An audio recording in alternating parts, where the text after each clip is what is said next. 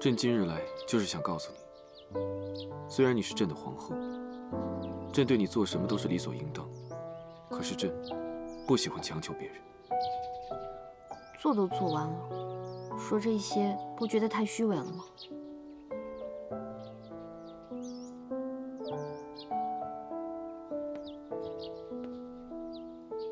朕知道你是这么想的，不过朕一直坚持就事论事，是非分明。所以朕向你保证，以后一定会尊重你的意愿，再也不会做出违背你心意的事了。皇上，你怎么知道我的心意是什么？朕想知道，自然会知道。朕想告诉你，即便朕做了这样那样的事，也都是为了换回你的真心。从今日起，朕会用尽一切方法来消除你的疑虑和猜忌，让你明白朕才是你最牢固的依靠。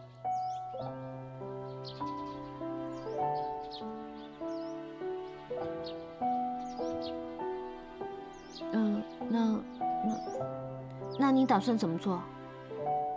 从即日起，朕若是再得不到你的真心，就不会再碰你一根手指，更要与你保持距离。保持距离？你最好说到做到。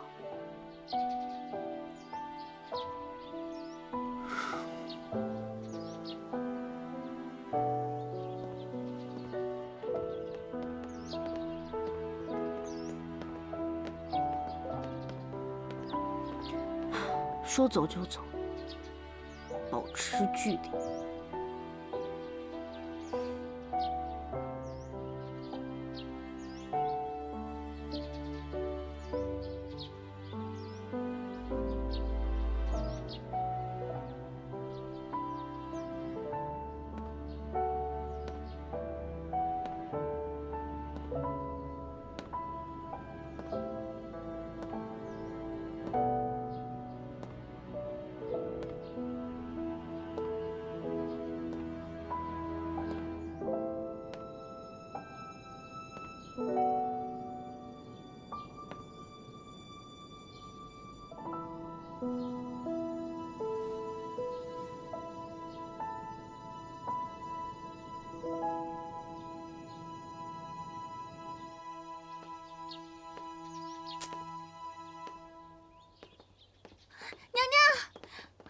娘娘，据可靠消息称，皇上和强公公去幽兰殿了。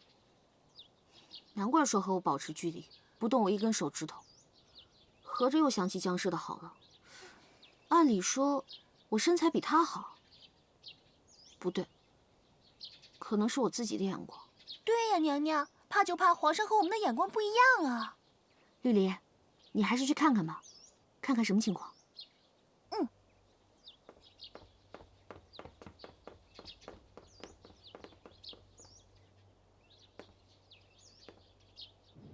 皇上，听说您同皇后娘娘的关系又缓和了许多，奴婢万分为皇上感到开心。映月，很多时候一脸无辜和表面所显露的善解人意，会成为一把有毒的利器，刺痛他人，更刺痛自己，你知道吗？皇上，奴婢已经不再奢求皇上对奴婢的情感，奴婢只求能留在皇上身边，伺候着你。你留在朕身边，会让朕对心里人更加愧疚，也会让朕误了自己的感情。如此下去，是害了你。朕想给你获得重生的机会，希望你能明白。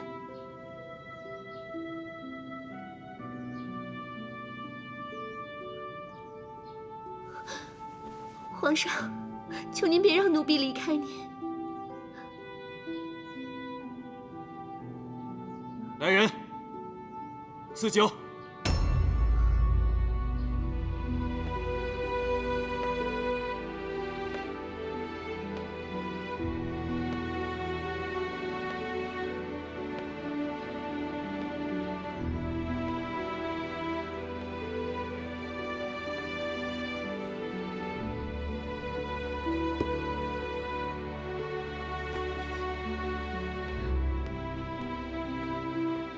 皇上这是要赐死奴婢。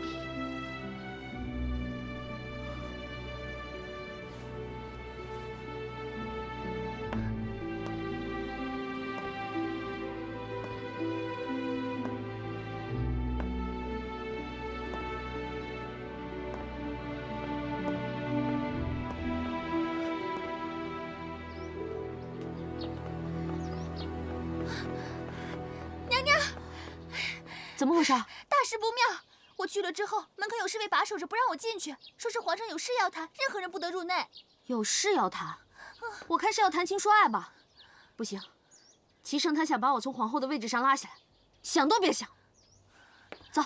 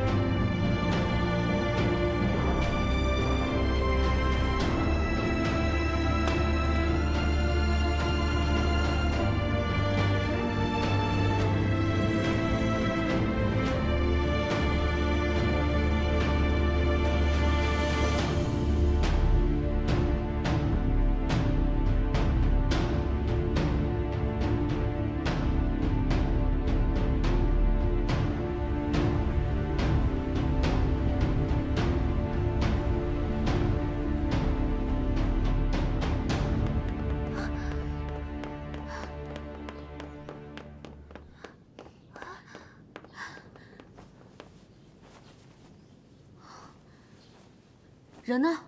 我不知道。参见皇后娘娘。住在这里的人呢？发生什么事了？回娘娘的话，奴才也不清楚，只知道不久前这儿的那位被赐了一壶酒，然后人就不见了。强公公命奴才来打扫。赐酒？齐生不会赐死他了吧？他是怎么想的？ 娘娘，他这种人，只要不在皇宫里，管他是死是活，何去何从，跟我们也没什么关系了。说的也对，管他齐生是怎么想的，只要江氏不留在宫里，就不会对我造成威胁。走。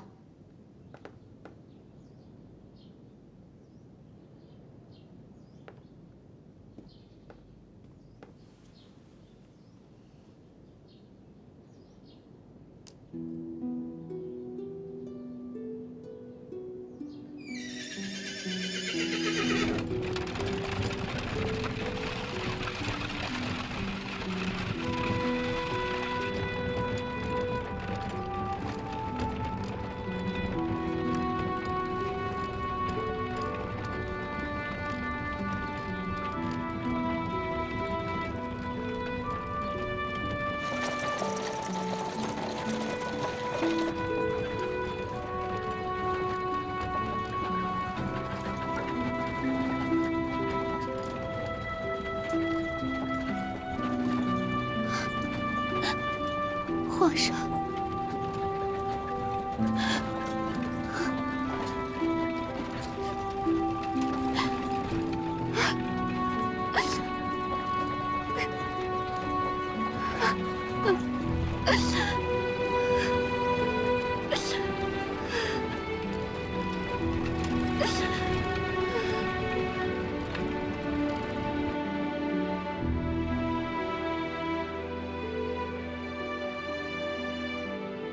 报！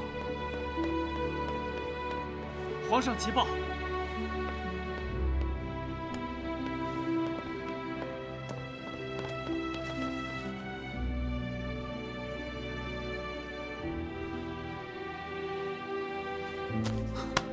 太好了！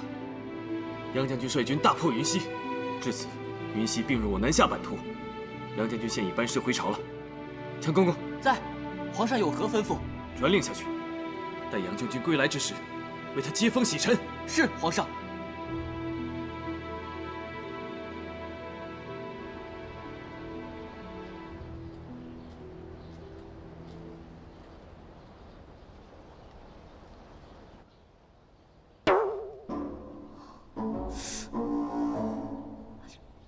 这青春期都过了，怎么还长痘啊？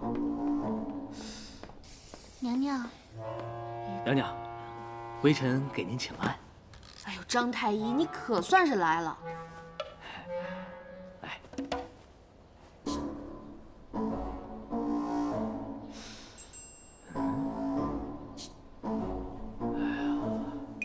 娘娘，您这是阴虚火旺而导致的面目生痘，是缺乏……缺乏什么？缺乏……难道是没打泡的原因？娘娘，臣要说的是……行了，你要说的我都明白，退下吧。啊，那臣先行告退了。嗯，哎，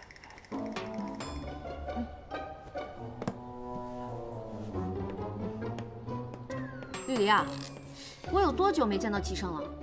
奴婢也记不清了，大概有1个月了。1个月了。嗯，之前是没有让我尝到甜的滋味，我是不知道那是什么感受。现在让我尝了个鲜，又藏着掖着不给我了，你说我能不内分泌失调吗？娘娘，明日可就是为杨玉将军接风洗尘的日子，您这一脸的痘，怎么面圣呀？明天就能见到齐胜了。嗯，那我这一脸的痘终于有救了。明天，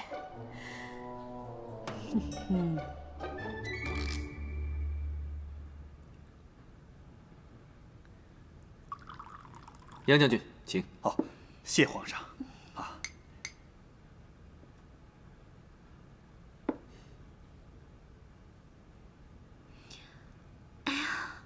好热呀！装什么没看到？我只有主动了。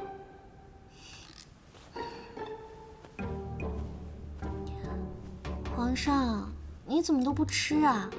我来给您夹菜。张宝宝，你这是干什么？你说要干什么？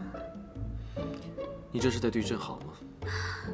这都被你看出来了，我是不是太刻意了？那我尽量收敛一点点啊。哎，你不喜欢吃菜，那我给你加肉吧。吃肉才有力气嘛。有力气做什么？哎呀，没什么了。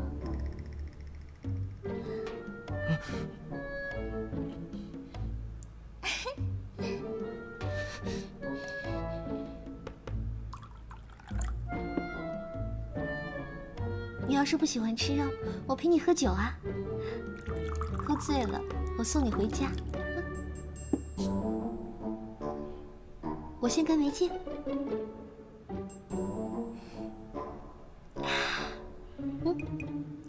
张宝宝，朕觉得你还是回到你的位置较为妥当。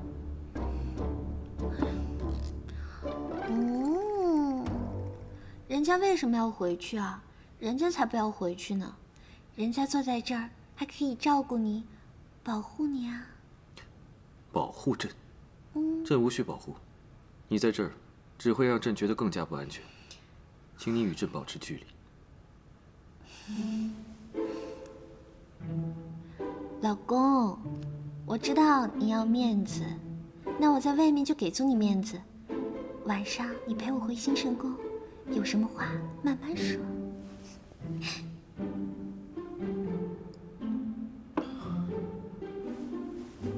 今日是个大喜的日子，朕终于盼回了杨将军。各位爱卿，不必过于拘礼，要带朕陪好杨将军。啊，哈哈，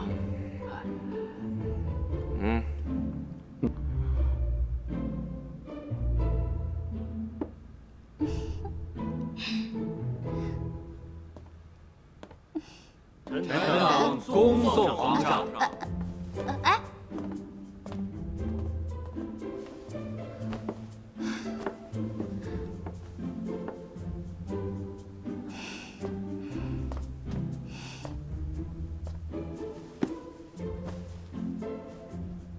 娘娘，您好像看上去不太高兴啊。我有什么可高兴的？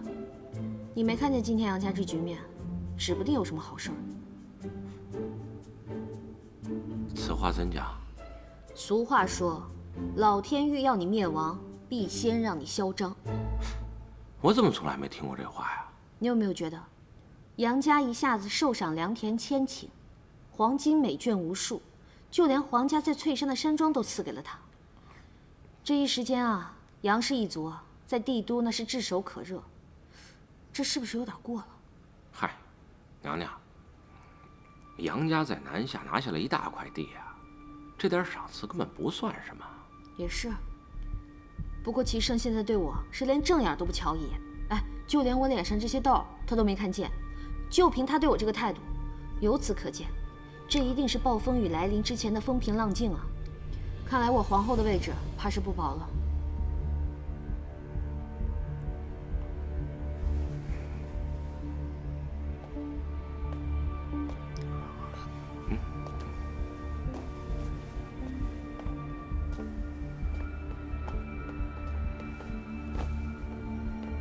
九王，娘娘，你的脸是怎么了？别问了。啊，对了，你一会儿赶紧去跟杨言说一声，让他吃饭走路都给我小心点儿，别那么嘚瑟。我怕最近会有什么闪失。为什么呀？最近杨家风头正旺，树大招风，这个道理你不是不懂吧，九王？还有，我最近有点乱，看到你我就更乱了。要是没有什么要紧事儿，我们就不要再见面了。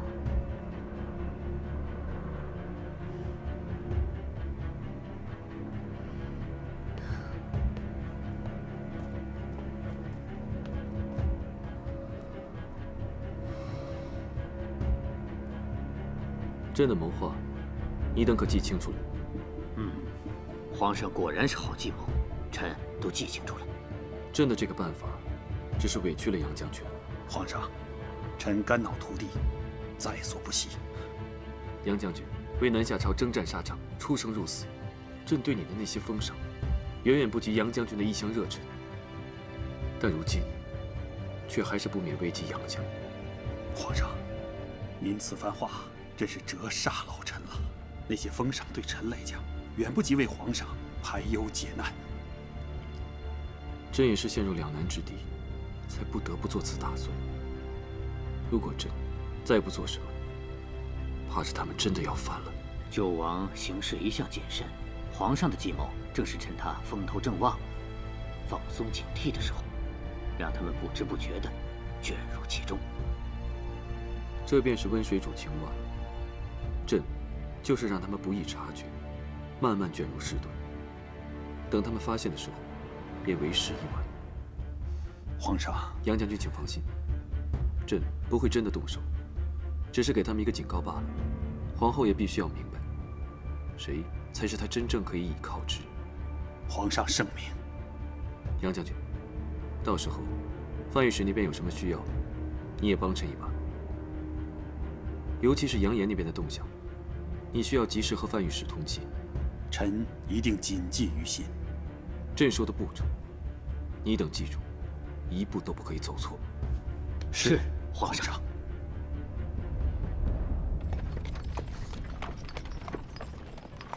杨家大祸封赏，我们更要谨言慎行。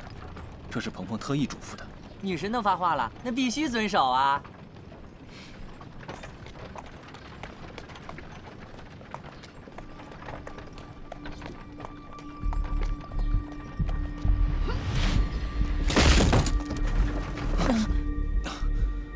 什么情况啊？一会儿不要得理不饶人，此时不宜徒生事端。放心吧。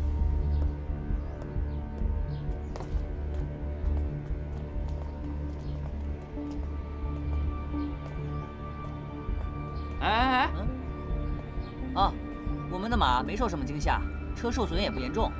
你走吧，不用你们赔了。不用我们赔了，这句话应该我们说才对。赔！这条路本就不宽敞，难免发生事故。你我各退一步也就罢了。你眼瞎吧？这条路窄吗？你们不紧不慢地走着，影响了别人的驱车。哎，你怎么说话呢？让你家主子出来，我跟你说不着。是谁在叫我呀？哎呦，原来是范御史啊！刚出了点小摩擦，都是自己人，就不计较那么多了。杨公子，你刚才说的话，本御史可都是听到了呀。你当然是没事儿，可我的马儿受了惊，车受了损，我的车夫又受到了精神创伤。呀，我的马儿肯定是吓到精神分裂了。哎呦，我这老寒腿又发作了。你说，这如何是好啊？说吧，是不是缺钱花了？这是什么话？你以为有钱能摆平一切吗？范御史，如果深究起来，此事并非我一方之错呀。你，九哥，别跟他废话了，就着没事找事儿。用娘娘的话就是，你丫的没事找事儿吧啊？你丫谁呀？你他妈敢推我？你呀？你呀？嘿，你呀？你呀？哎呀，你呀？你呀？你呀？你呀？你呀？你呀？你呀？你呀？你说的事情，朕都明白了。原本是场交通事故而已，只是九王和杨玉的小儿子仗势欺人，对你大打出手。可是如此。是啊，皇上，那杨眼将我的车夫暴打，还辱骂他是鸭。我的车夫不堪受辱，昨夜投河自尽了。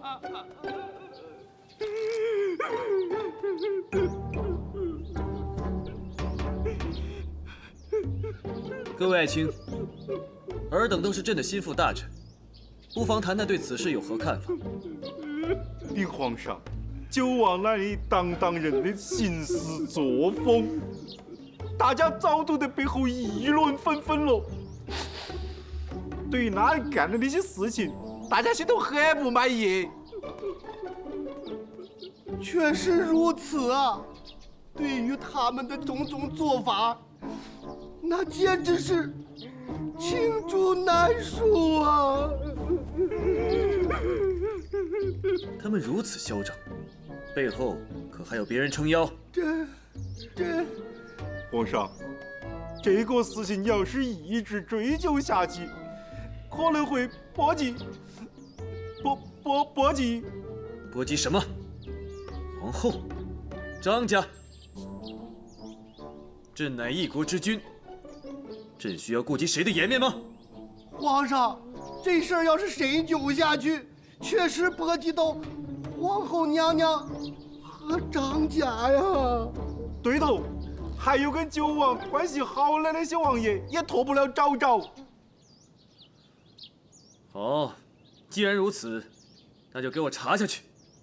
朕给你们3天时间，给我一五一十的查出来。是，要得。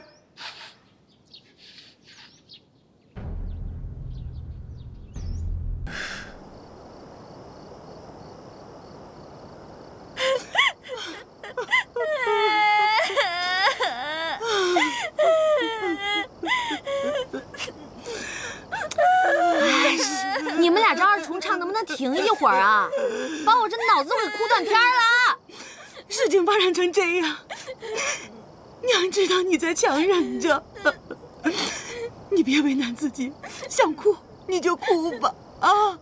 是啊，娘娘，遇到这么大的事儿，哪个女人不得痛痛快快的哭一场啊？你别坏了自个儿。齐生他不仅占了我的便宜，还把我逼到这个份上，这也是我万万没想到的。但是当务之急，我们是要想对策、想办法。哭有什么用啊？哭！娘娘，您先别管有用没用，你跟着我们一块儿哭，这样排毒。对，排你妹的毒！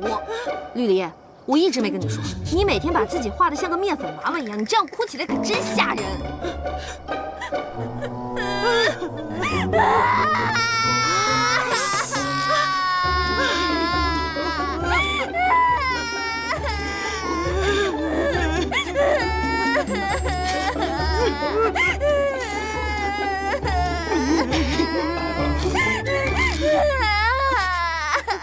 我可怜的孩子呀，都是咱们张家拖累了你。你不知道，你父亲和你叔父都已经革职查看了，恐怕这次皇上是要来真的了。您就放心吧，我一定不会袖手旁观的。原本我和你父亲以为皇上只是树立风气，可没想到那几个御史天天到大明宫去闹，这什么八竿子打不着的破事儿都被他们给抖露出来了。据说还搞了一个什么百人联名上书。现在看来，齐生这是在表达对我撒谎的不满，才起了这么多事端。我是一个重义的人，这件事情因我而起，我不会让任何人替我担这个责任。难道，娘娘，你有了妙计？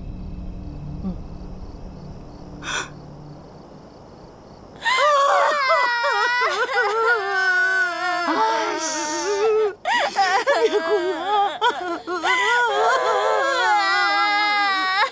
别哭了。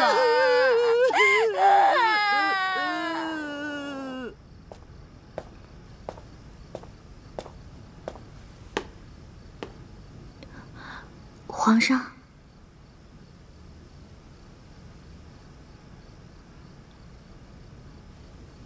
你这身装扮，鹏鹏觉得，作为皇后，总在人群中五彩斑斓、金光闪闪的，惹人注目不太好，还是肃静一些。皇后为何突然有了这等觉悟？这段时间，我做了深深的自我检讨。我觉得我这个人个性张扬，爱玩，毛手毛脚，不太懂得顾全大局，实在是太不懂事儿了。这是病，得治。朕觉得，一个人想要改掉本性，是很难实现的。是啊，所以希望皇上能给我一个机会啊！人能了解到自己是最难的。我现在已经走出了认识自我的第一步。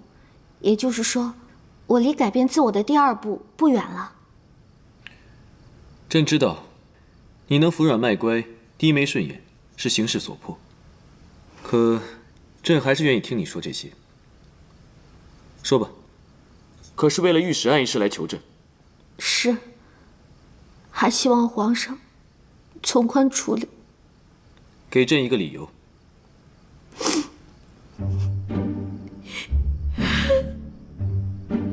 杨爷那孩子还小，年少轻狂，血气方刚，不懂事儿。再说，他爹也老了，一辈子征战沙场，才换来我们的安稳。接着说。再说九王，鹏鹏平时确实与他多说了2句，但是绝对没有越轨的行为。鹏鹏对他更是没有任何非分之想。我知道皇上一直误会我们有一腿，你要知道我多委屈。好了好了，别哭了。我与赵王也是同病相怜，都是因为江氏，我常与他在一起治愈疗伤，想着有什么办法才能笼络爱人的心，他也不容易。现在僵尸又，还有僵尸又不能停，这又戳您的肺管子了。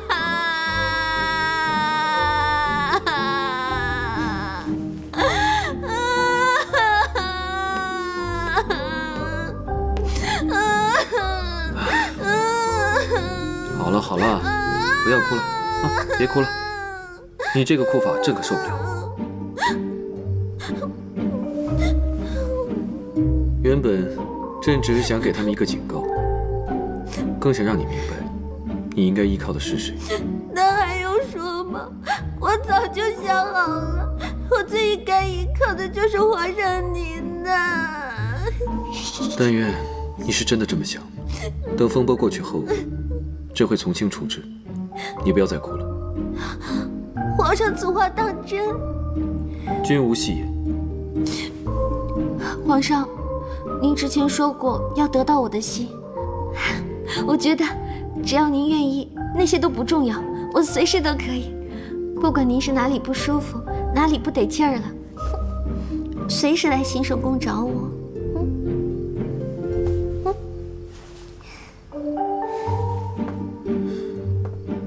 朕向你道歉，朕忘了刚才要和你保持距离了。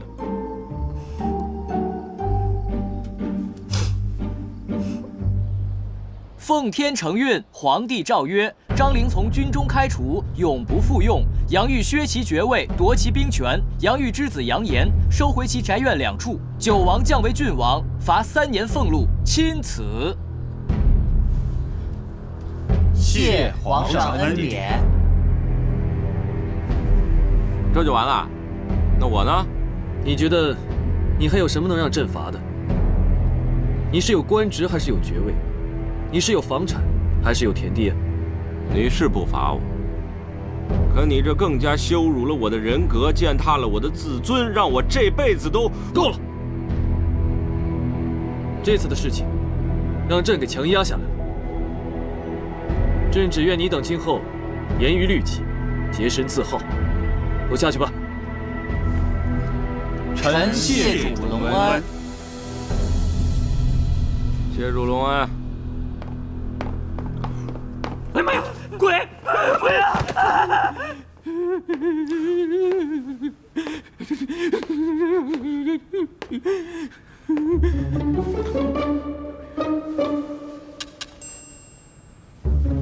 嗨。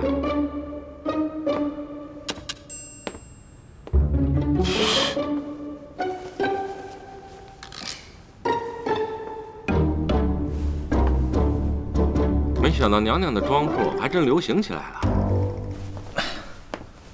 没办法呀，虽然过去了几日，风声依然很紧，只得伪装前来。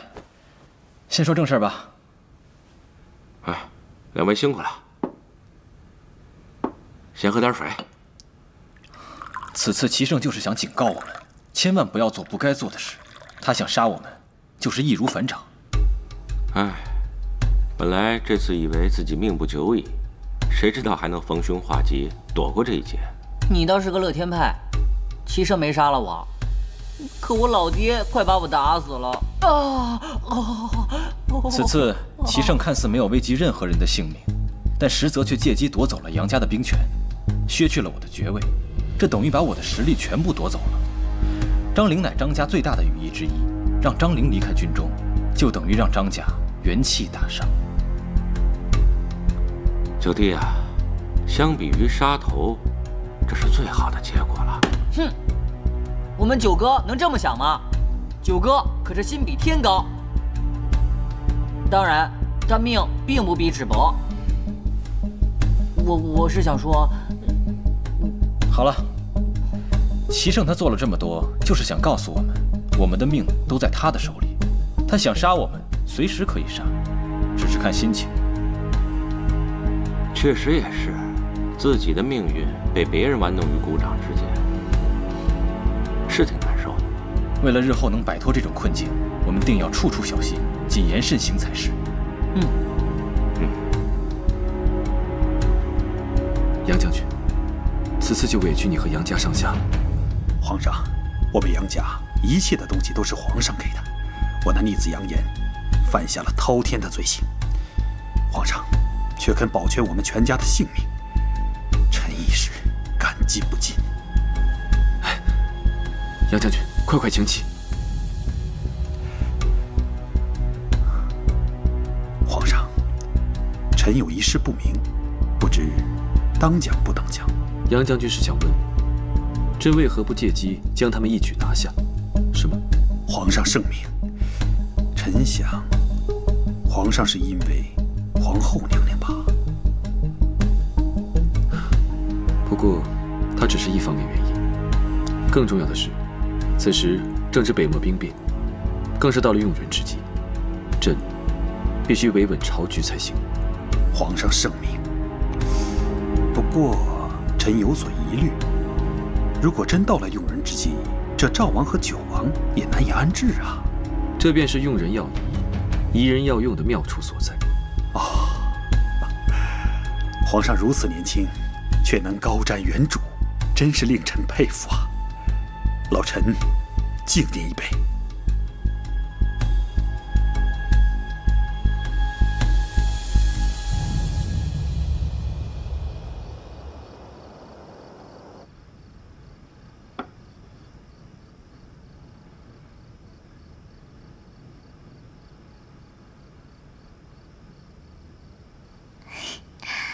娘娘，咱们这次呀，算是躲过了一劫，这说明皇上是真的心疼您、顾及您呀。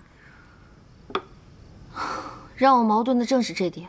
齐胜他明明对我们恨之入骨，却不对我们下手，也不愿意和我走得太近，我实在是猜不透，他到底在顾忌什么？还是他另有阴谋？这世上哪有什么人是一眼就能看透的呀？有的人呀，就是让我们留着慢慢看的。怕是齐胜这个人，我这辈子都看不透。我最讨厌自己的命运掌握在他人手里。这件事情，更加告诫我要与九王坚定地走在一起。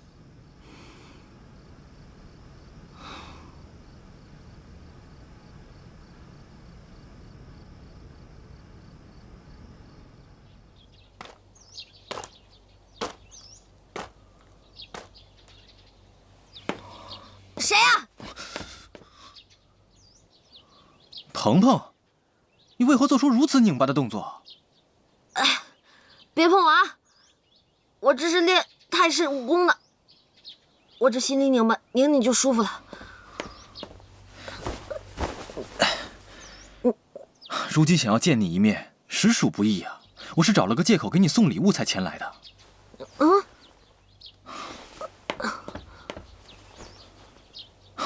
这盒子里的东西是太皇太后送给你的，这个同心结一直是我随身之物，现在我把它赠予你。九王，谢谢你啊，可我现在动不了了。没事，你就拧着吧。九王，你送我同心结，这几个意思啊？鹏鹏送我的荷包，我一直带在身上。我希望这同心结，你也能长留身边。北漠之战，10有8九我也是要前去的。我的心与你同在，即使战死沙场，我也无憾了。九王，谢谢你的好意。你放心，我的心会一直跟你在一起的。我现在不方便送你了。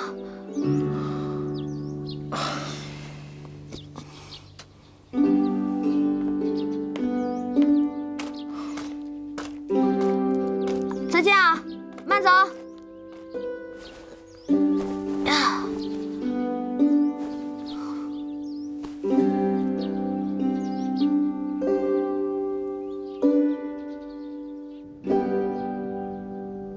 强公公到。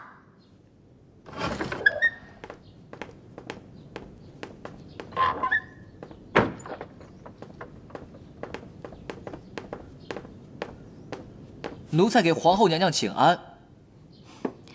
强公公，你怎么来了？奴才这是给您送皇上的口谕来了。皇上命娘娘于今日午时大明宫书房见。他要见我，为什么要去书房那么神圣的地方？娘娘，皇上还有一个口谕，那就是不得问为什么。就爱跟我玩这种虚的，想见我就直说嘛。你们说他这个是不是叫爱装逼遭雷劈？娘娘，您一定要去啊！皇上说不定给您准备了浪漫大礼呢。大礼？嗯。最近怎么了？怎么都送我礼啊？嗯？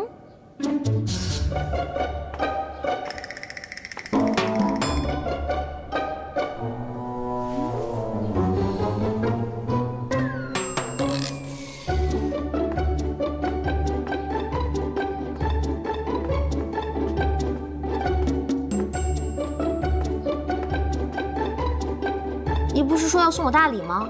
礼物呢？这就是朕送给你的礼物啊！你确定？那我可就不客气啦。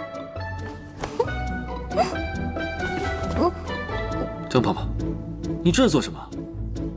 难道你送我的礼物不是抱抱？朕的意思是，这些书是朕送你的礼物。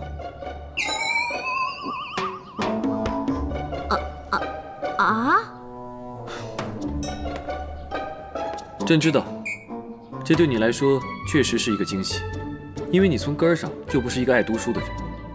不过今后，朕会亲自来教导你，将毕生心血都交给你，以便日后你好教导浩儿。从今日起，你便常伴朕左右。啊，我能常伴左右？是的，不要感谢朕，速速收礼谢恩吧。谢皇上。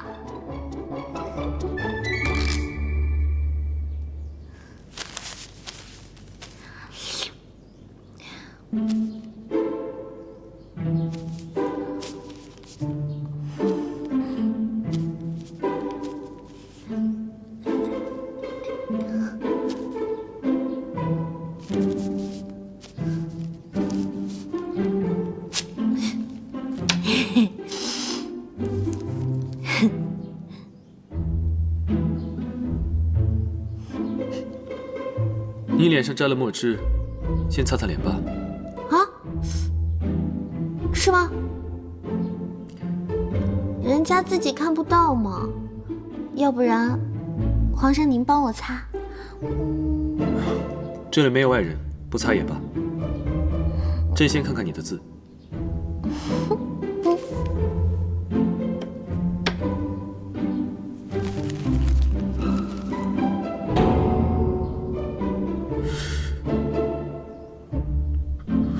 看您那不忍直视的神情，我的字真的有那么丑吗？你好意思说？你写的这是字吗？既然皇上觉得我写的不好看，那您就手把手的教人家嘛。也只能如此了。你过来。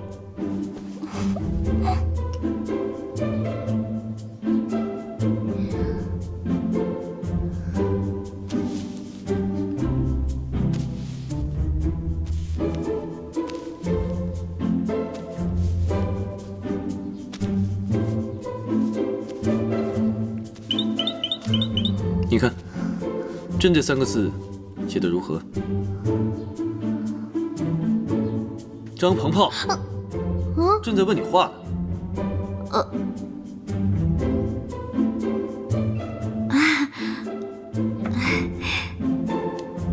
您看您这手，细柔白净，粗健有力，准能写得一手好字儿。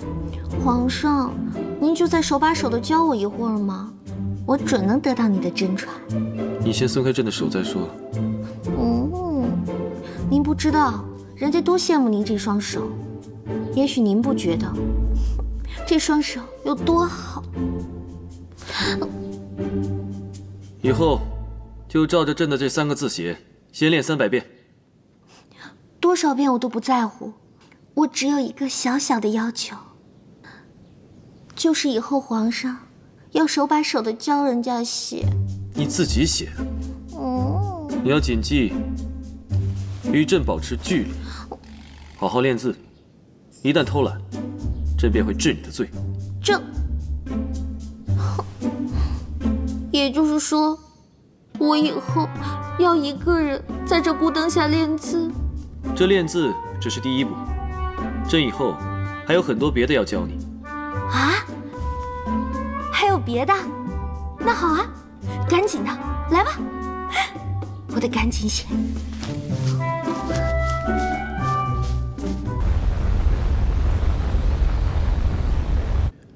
北漠与南下对立已久，虽无大规模对抗，边疆却时常发生小的冲突，所以朕有意要北征。不知众爱卿有何看法？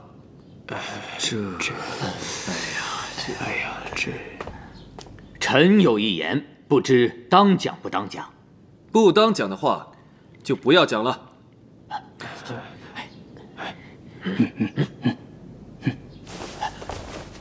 皇上，臣冒死也要谏言。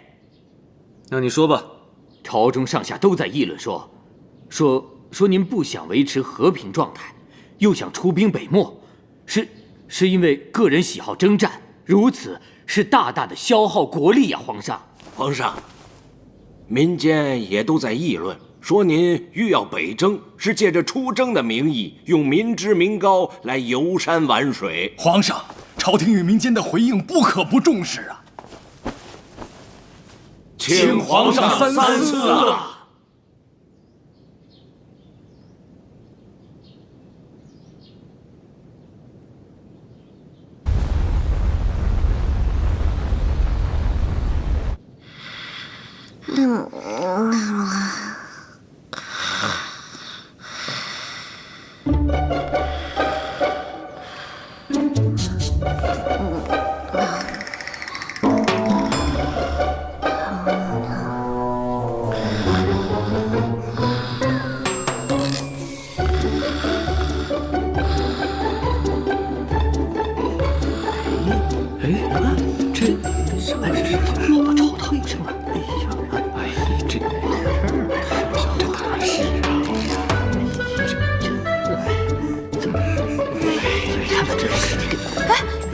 不好意思啊，哎呦，浩儿，来啊 ，I'm sorry，very very sorry， 啊，不哭啊，浩儿，妈妈回去给你喂奶奶好不好？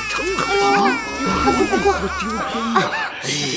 成何体统？哦 ，sorry， 浩儿乖，不哭啊，回去妈妈给你喝奶奶，哦，不哭啊，乖，啊，不哭。皇上，乖。Sorry，I'm sorry，I'm very very sorry。好了。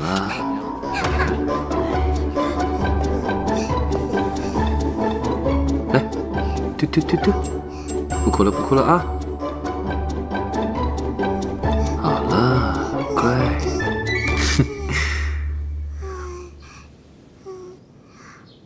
你们还有何事要说啊？皇上，这小皇子与您在一起，恐怕不妥了。是啊，这说的有何不妥？你们这些大臣，专揪着迂腐的规矩不放。浩儿是朕的独子，更是你们将来要辅佐的君王。他在这儿，有何不妥？哎呀，浩儿，可这脾气是乖。说你看我也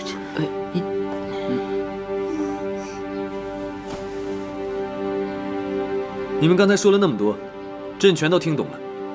北漠对我南下边疆的滋扰，并非一朝一夕，朕一直谨记于心。对于一个国家而言，领土问题，寸土必争。我们与北漠早晚是要做一个了断的。即便他强拆了我们南下的一座房子，还是偷了一只羊，朕都要悉数讨回来。出征北漠，事关我朝前途命运，意义重大。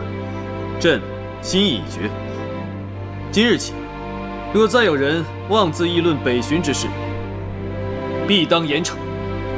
出去。真严呐！乖。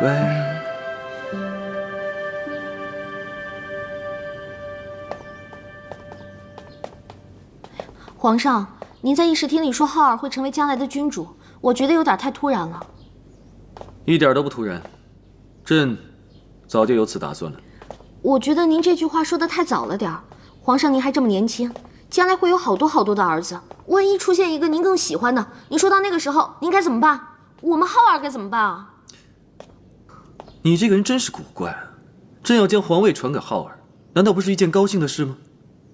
你为何要说出这样的话？我当然是为了我儿子着想了。自古以来，为了皇位，父子相继、手足相残的事儿不少发生。我不能让浩儿小小年纪就经历这些，这完全不利于儿童的发展和长个儿。你说的话，朕会再想想。皇上，我知道您对我好，我看得出来。废话少说。今日，我要教你批阅奏折。批阅奏折多无趣啊！你也累了半天了，还是早点洗洗睡吧。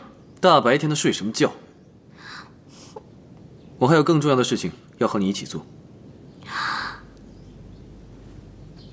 更重要的是，哎呀，您突然说的这么露骨，人家有点接受不了。坐下，你看看这个。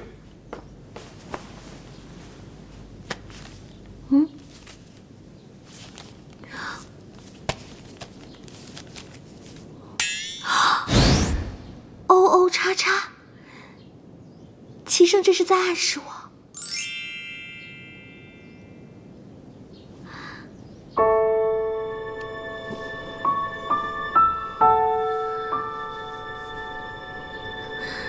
欧巴，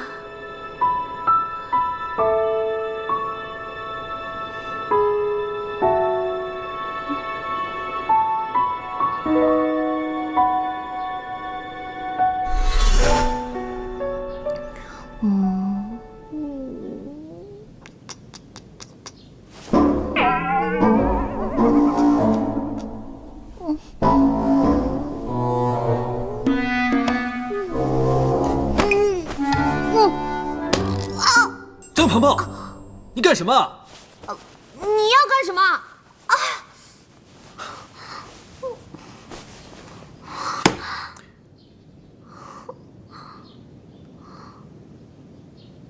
这奏折的批阅，代表准阅否议4个字。批阅奏折的时候，对这4个字的运用一定要精准。准就是一个圈，否就是一个叉。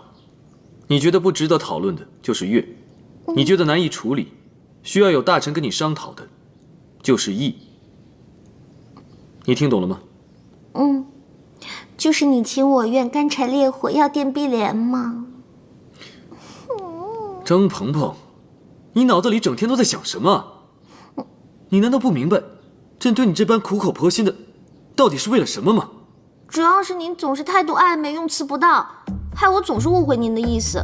原来叉叉OO是这个意思，人家还以为你在暗示我呢。张鹏鹏，你能不能严肃点？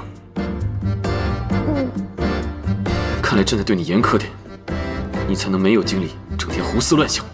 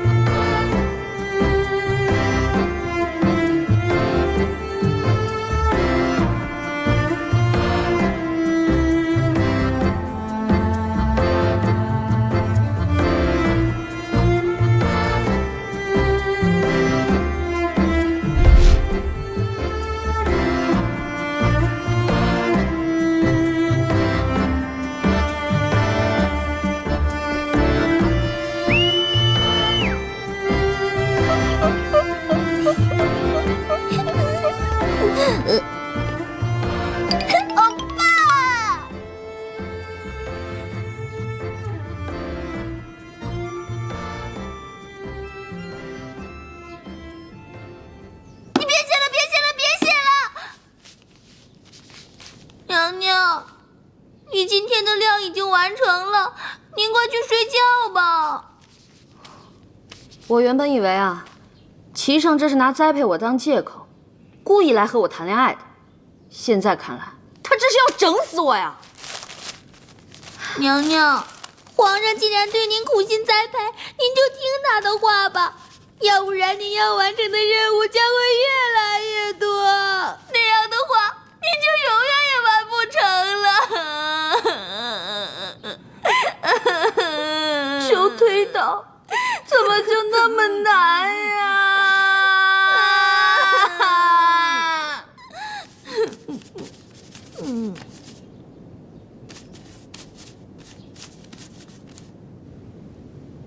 接下来就是见证奇迹的时刻。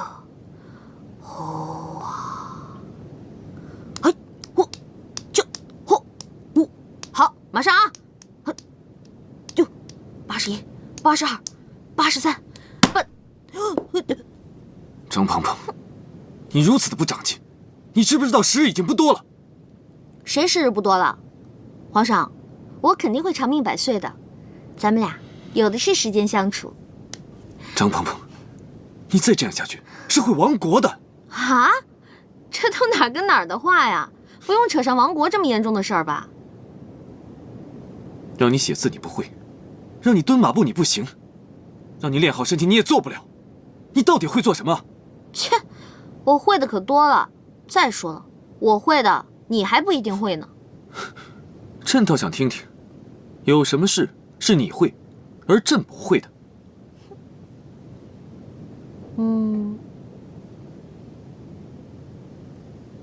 哎，你会跳舞吗？跳舞？就是你和绿篱跳的那三脚猫功夫啊，朕上次已经领教过了，没什么难的。哼，那就请君一试吧。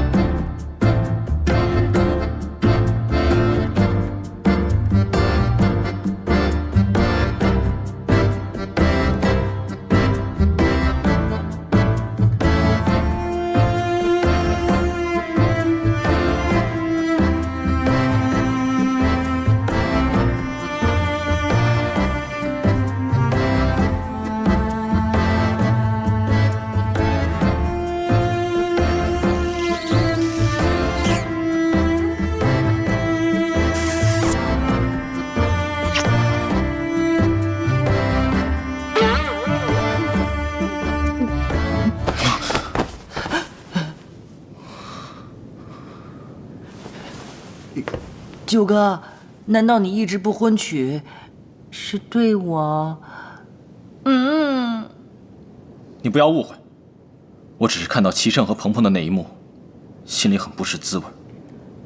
九哥，没事儿，为了你，我做这么点小牺牲是不要紧的，只是你不要伤心。吴女贞姐姐人在深宫之中，恐怕也是身不由己的。但愿她是真的身不由己吧。九哥，你要干什么？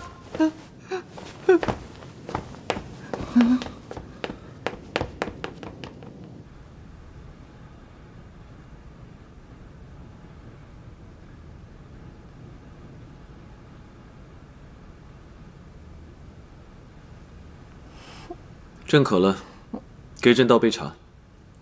啊。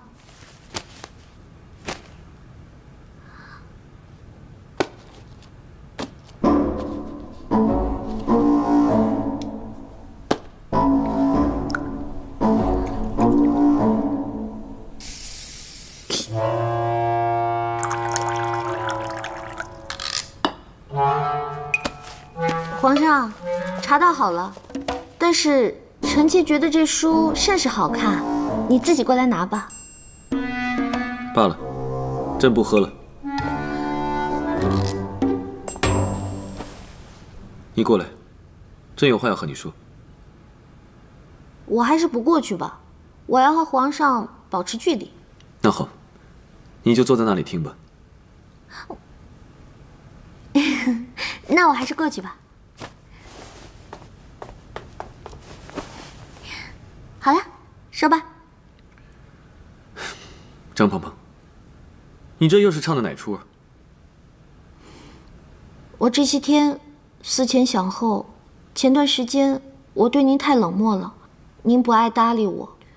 这几天呢，我又对您太热情，惹您烦，所以我猜您应该喜欢这种忽冷忽热、若即若离的感觉。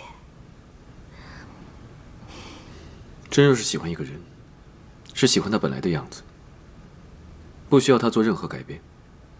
不过虽然你的方式有些古怪，但你的心意，朕还是能明白的。你只要做你自己就好。您说了这么多，我还是不明白。您既要让我常伴您左右，又要让我跟你保持距离，您到底让我怎么做？鹏鹏，这些日子，朕那么严苛的训练你，你一定不明白是为什么吧？朕马上就要亲征北漠了。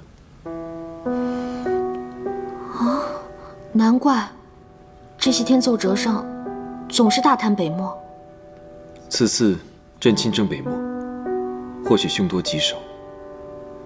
万一朕回不来，浩儿便理所当然地继承皇位，而你便要辅佐浩儿。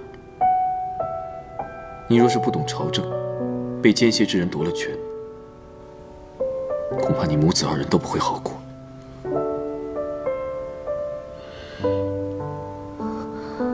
原来你做了这么多，都是为了我跟浩儿。你放心，在我把权杖交给你之前，会替你把权杖上的金刺都除了。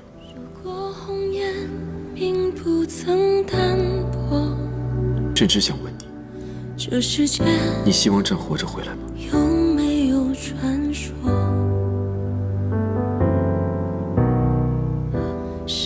我希望。若是不敢扑火，这宿命凭借什么闯过？丝零落，缠绕着似枷锁，金装雨过。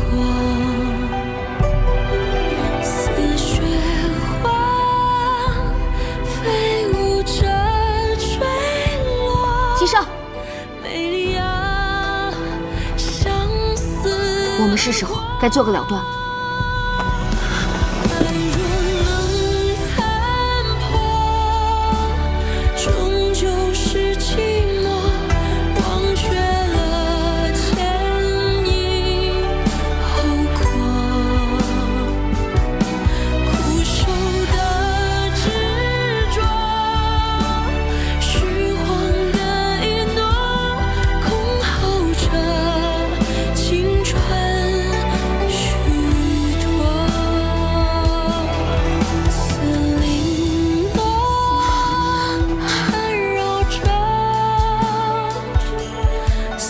枷锁。